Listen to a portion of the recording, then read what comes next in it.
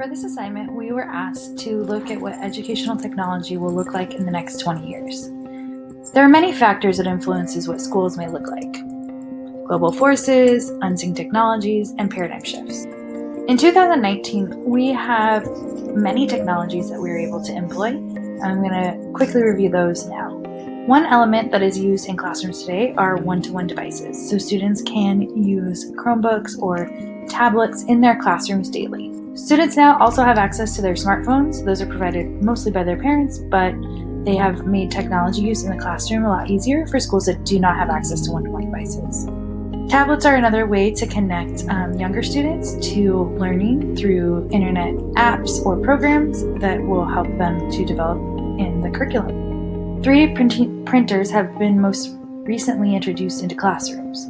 Teachers now are struggling with how to successfully incorporate them into their daily program. But 20 years from now, I predict that the future of education will require educators to be more collaborative, creative, and innovative.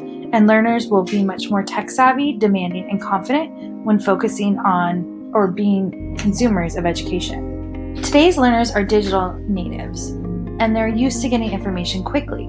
In the future, though, students will want to have a more flexible, personalized format, meaning most of their time would be technology-focused in the classroom. And they want their learning experience to meet not only their interests, but be within the time constraints and academic needs that they need to accomplish during that year.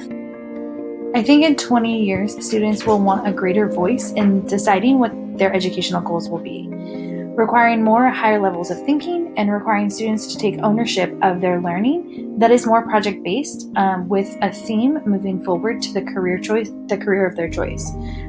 This will lead into students participating more and owning their learning at a younger age. By developing more project-based learning models, schools will have to examine the core curriculum. Normally, we're talking about English, math, social studies, and science, but we may need to realign those to some emerging economies and technologies, such as coding or design or financial literacy, to name a few. Currently, we're seeing a shift in learning spaces for students in flexible seating, but that may even be turned into flexible classrooms in the future.